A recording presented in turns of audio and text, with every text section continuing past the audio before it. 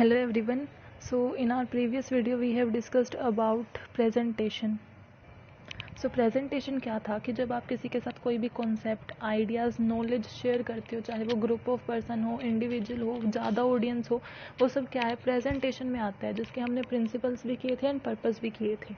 सो आज हम करेंगे व्हेन यू गिव प्रेजेंटेशन, कि आप प्रेजेंटेशन देते कब हो, कब आपको नीड होती है प्रेजेंटेशन देने की. ऐसा तो है नहीं कि आप सब मीन्स किसी भी बात पे, अगर आप जर्नल बात कर रहे हो किसी टॉपिक पे, एंटरटेनमेंट के टॉपिक पे या फिर पर्सनल टॉपिक, तो आप सीधा शुरू हो जाओ प्रेजेंटेशन देना कि आप विजुअल्स लेके आ गए और आपने प्रेजेंटेशन देना शुरू कर दिया. ऐसा तो होता नहीं. उसके पीछे एक रीज़न होता है ना, कि आपको एक बेसिक ऑब्जेक्टिव होता है कि हमें इस टॉपिक पे प्रेजेंटेशन देनी है. तो हम कब कब प्रेजेंटेशन देते हैं as a organization point of view, कि हम एज ए ऑर्गेनाइजेशन देख रहे हैं कि एक ऑर्गेनाइजेशन को कब कब प्रेजेंटेशन देनी होती है. सो फर्स्ट है at launching a new product, कि एक ऑर्गेनाइजेशन है जब वो न्यू प्रोडक्ट बनाने जा रही है, उसे लॉन्च कर रही है, उसने मीन्स उसके एग्जिस्टिंग प्रोडक्ट में उसने एक और प्रोडक्ट ऐड किया है. सो उसकी क्वालिटीज़ बताना, उसकी नीड बताना कि वो किस चीज़ में यूज़फुल होगी, उसमें क्या क्या क्वालिटीज़ हैं, उसके क्या क्या बेनिफिट हैं, उसका क्या प्राइस है, उसकी क्या क्वांटिटी है, ये सब बताने के लिए क्या होती है, प्रेजेंटेशन दी जाती है. आप किसी प्रेजेंटेशन दोगे, वो कस्टमर के सामने भी हो सकती है, किसी के साथ आप कोलैबोरेट करना चाहते हो उनके साथ भी हो सकती है. सो आप न्यू प्रोडक्ट का कॉन्सेप्ट, आइडियाज़ और इन्फॉर्मेशन शेयर करने के लिए क्या करते हो, जो प्रेजेंटेशन देते हो वो क्या होती है हमारी. उसके टाइम पे भी हमारी नीड होती है प्रेजेंटेशन देने की. किसके टाइम पे, जब लॉन्च करते हैं हम न्यू प्रोडक्ट को, ताकि हमारा जो न्यू प्रोडक्ट है वो स्प्रेड हो सके, उसकी इन्फॉर्मेशन, नॉलेज स्प्रेड हो सके. क्योंकि अवेयरनेस जितनी होगी उतनी ही आपकी सेल्स होगी. अगर लोगों के माइंड में डिमांड ही नहीं होगी तो सेल्स नहीं होगी. और डिमांड कैसे होती है, मार्केटिंग से. और मार्केटिंग कैसे होगी, जब आप प्रेजेंटेशन दोगे, अपनी नॉलेज प्रोवाइड करोगे अपने न्यू प्रोडक्ट की. Next is launch a new business plan, कि अगर आपने अपना ऑर्गेनाइजेशन स्ट्रक्चर चेंज किया है, किसी के साथ आप मर्ज कर रहे हो, जैसे ए और बी ऑर्गेनाइजेशन है, तो ए बी के साथ कोलैबोरेट करना चाहती है, दोनों मिलके काम करना चाहते हैं. सो हमें उसके लिए क्या करना पड़ेगा. ऐसा तो है नहीं कि जो है मीन्स बीओडी ने डिसाइड कर लिया और उन्होंने काम करना शुरू कर दिया. जितने भी हमारे एम्प्लॉयज़ हैं, मैनेजर्स हैं, या फिर जितने भी हमारी ऑर्गेनाइजेशन में मेंबर्स हैं, उनके साथ हमें क्या, उन्हें प्रेजेंट करना पड़ेगा. उनके सामने प्रेजेंटेशन होगी किस चीज़ को, कि हम किसके साथ मर्ज हो रहे हैं, कि नया बिजनेस प्लान हम लॉन्च करने जा रहे हैं. तो उसका सारी नॉलेज प्रोवाइड कराना, जितने भी स्टेक होल्डर्स होंगे हमारी ऑर्गेनाइजेशन के, उस टाइम पे भी हमें प्रेजेंटेशन की नीड होगी, क्योंकि हम एक नया बिजनेस प्लान इशू कर रहे हैं, लॉन्च कर रहे हैं. सो हमें क्या करना है, उनको अवेयर करना है, उन्हें नॉलेज प्रोवाइड करनी है नए बिजनेस प्लान की. उसके अकॉर्डिंग वो अपनी आगे वर्किंग क्या करेंगे, गोइंग ऑन करेंगे. So next is starting a training course. अब आपको कोई ट्रेनिंग कोर्स देना है. अब हमने अपनी प्रीवियस वीडियोस में ये डिस्कस कर रखा है कि ट्रेनिंग क्यों देते हैं. मीन्स ट्रेनिंग के पीछे हमारा रीज़न क्या होता है, कि हम उनकी एबिलिटी, नॉलेज और स्किल बढ़ा सके अपने एम्प्लॉयज़ की. चाहे वो हम न्यूली रिक्रूट एम्प्लॉयज़ को दें या फिर हमारे एग्जिस्टिंग एम्प्लॉय को दें. जब भी कोई न्यू टेक्नोलॉजी चेंज होती रहती है, क्योंकि तो हम नई चीज़ों के बारे में अवेयर करने के लिए उन्हें क्या देते हैं, ट्रेनिंग देते हैं. सो ट्रेनिंग हम उन्हें प्रोवाइड कर रहे हैं. हमने नया ट्रेनिंग कोर्स रखा है कि हम भाई ऐसे ट्रेनिंग देंगे, चाहे वो हम वीडियो से दें, ऑडियो से दें, या फिर हम उन्हें किसी साइट पे भेजें. सो वो ट्रेनिंग कोर्स के बारे में उन्हें बताने के लिए, जितने भी एम्प्लॉयज़ को ट्रेनिंग मिल रही है उन्हें बताने के लिए कि भाई आपको ऐसे ट्रेनिंग दी जाएगी, उसका ये टाइप होगा, क्या क्या आपको काम करना पड़ेगा, उसके लिए हमें क्या करना है, प्रेजेंटेशंस देनी है. Next making a sale proposal. जब आप किसी के सामने सेल प्रपोजल रखते हो तब भी आपको प्रेजेंटेशन देनी होती है, चाहे वो आपके कस्टमर ही हो. कस्टमर के सामने ऐसा ज़रूरी नहीं है कि आप किसी ऑर्गेनाइजेशन के साथ सेल प्रपोजल करते हो तभी आपको प्रेजेंटेशन देनी होती है. ये तब तो देनी ही होती है, क्योंकि अगर एक ऑर्गेनाइजेशन अपना प्रोडक्ट दूसरी को देना चाहती है, दूसरी उससे लार्ज अमाउंट में प्रोडक्ट, जैसे आप ये देख लो कि कोई रेस्टोरेंट है, वो क्या है, उसको किसी टीवी फ्रिज वाली कंपनी से क्या चाहिए, टीवी फ्रिज चाहिए, तो उसके सामने वो क्या करेंगे, सेल प्रपोजल तो है ही, लेकिन उनसे अपनी प्रेजेंटेशन देंगे ना अपने प्रोडक्ट्स की, कि हमारे टीवी की कितना पिक्सल है, क्या है, सब कुछ क्या बताता है, क्वालिटीज़ बताएंगे, बेनिफिट बताएंगे, उनका प्राइस बताएंगे. ये सब क्या है, कि हमें कितनी क्वांटिटी में वो अवेलेबल है. ये सब क्या है, सेल प्रपोजल के टाइम भी क्या होता है, उन्हें प्रोवाइड करानी होती है. ऐसे ही वो कस्टमर के सामने भी सेल प्रपोजल देते हैं, कि मीन्स अपने प्रोडक्ट की सारी चीज़ें, क्वालिटीज़ वगैरह मेंशन करना, वो क्या होता है, प्रेजेंटेशन के थ्रू हम करते हैं. Next is conferences, seminar, business deals, negotiation, कि जब भी हम कोई सेमिनार करते हैं, अब आप इंस्टीट्यूट या फिर किसी भी कॉलेज में, यूनिवर्सिटी में जाके सेमिनार करते हो, कॉन्फ्रेंस करते हो, तो ऐसा नहीं आप प्रेजेंटेशन डायरेक्टली आप गए और आपने आपके हाथ में पेपर्स हैं और आपने पढ़ना शुरू कर दिया, वो प्रेजेंटेशन क्या इफेक्टिव ही नहीं होगी। जब आप विजुअल एड्स का यूज़ करते हो या फिर अपने पूरे हार्ट से उसे इम्प्लीमेंट करते हो, तभी क्या होता है कि वो उतनी इफेक्टिव होती है।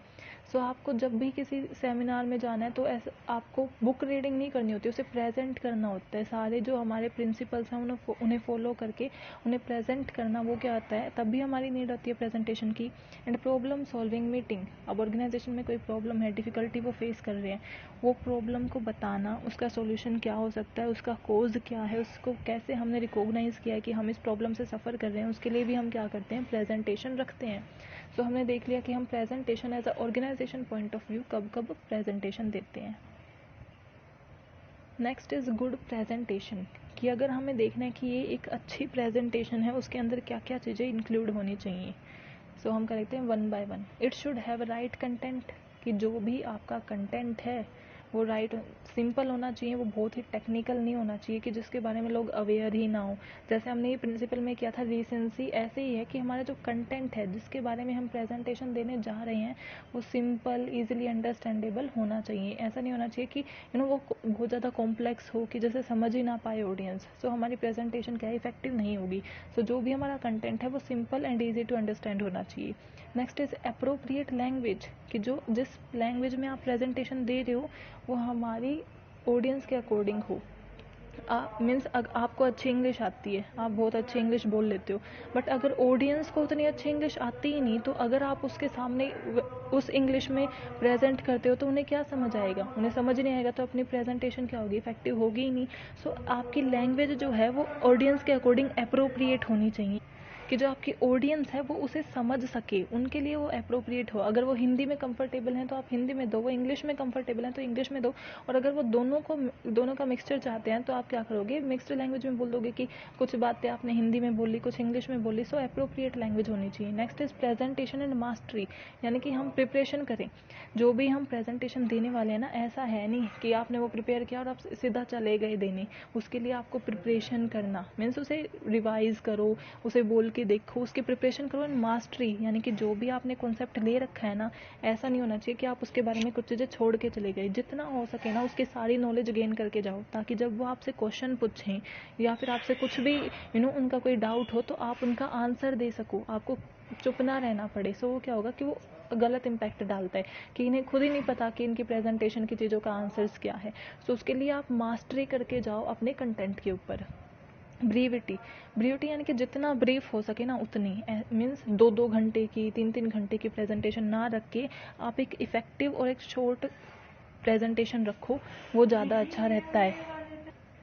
सो एज़ शॉर्ट और एज़ ब्रीफ जितना उसे हम रख सकते हैं वो हमारे लिए उतना बेटर होगा। मीन्स उसे लॉन्ग खींचे रखना और बोलते रहना उस टॉपिक के ऊपर, उससे बेटर है कि आप इंटरेस्ट के साथ, उनके अट्रैक्शन के साथ अगर आप आधा घंटा भी बोलते हो वो भी बहुत होगा, जिसमें आप क्या है मेन जो पॉइंट्स है वो आप उनको बता सको।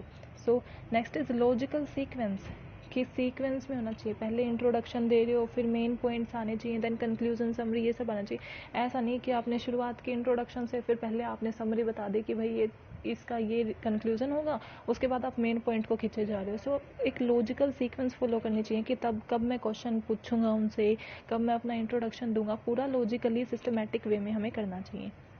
लाइवली डिलीवरी मीन्स कि ऐसा आप यूं डिलीवर ना, आप अपनी प्रेजेंटेशन देने गए और आपने ऐसे ही फेसेस बना रखे हैं कि मैं बोर हो रखा हूँ, खुद ही आप अपने उससे बोर हो गए हो अपनी प्रेजेंटेशन से, तो सामने वाले का क्या इंटरेस्ट क्रिएट करवा पाओगे। लाइवली मीन्स कि आप भी एंथुसिज्म के साथ, आप भी इंटरेस्ट के साथ, एनर्जी के साथ सामने वाले को प्रेजेंट करोगे तो उनके अंदर खुद एनर्जी आएगी, आधी आपकी एनर्जी उनके अंदर एनर्जी लेके आती है। सो आप खुद एनर्जेटिक वे में उन्हें क्या करो, लाइवली डिलीवरी करो।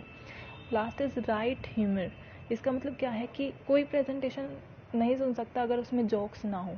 मीन्स एक टाइम होना चाहिए जब उन्हें हंसना भी है, लाफ। इस जोक्स का मतलब ये नहीं कि आप कोई भी ना नॉर्मल जोक्स सुनाओ, ऐसे कि किसी कहीं से पढ़ा और आपने जोक डाल दिया, नहीं। या तो आप अपना ऐसा एक्सपीरियंस शेयर करो जो थोड़ा फ़नी हो। जो भी आप कंटेंट यानी जिस टॉपिक पे आप प्रेजेंटेशन दे रहे हो ना, उसके रिगार्डिंग कोई जोक यूज़ करो। ऐसा नहीं कि आपने जो भी फ़नी लगा कैसा भी जोक सुना दिया। जो ह्यूमर है वो राइट होना चाहिए, यानी कंटेंट के अकॉर्डिंग होना चाहिए, और ऐसा होना चाहिए जिस पे पब्लिक भी हंस सके। अगर आपने वो जब सुना, आपके साथ जो एक्सपीरियंस हुआ, तब अगर आपके लिए वो मीन्स जॉयफुल था, तभी वो क्या होगा, ऑडियंस के लिए जॉयफुल होगा। अगर आपको खुद ही उस जोक पे हंसी आई नहीं और आप वो ऑडियंस के सामने आजमाओगे, तो ऑब्वियसली उन्हें भी कैसे ही हंसी आएगी। सो वो ह्यूमर क्या है कि राइट होना चाहिए। सो आई होप यार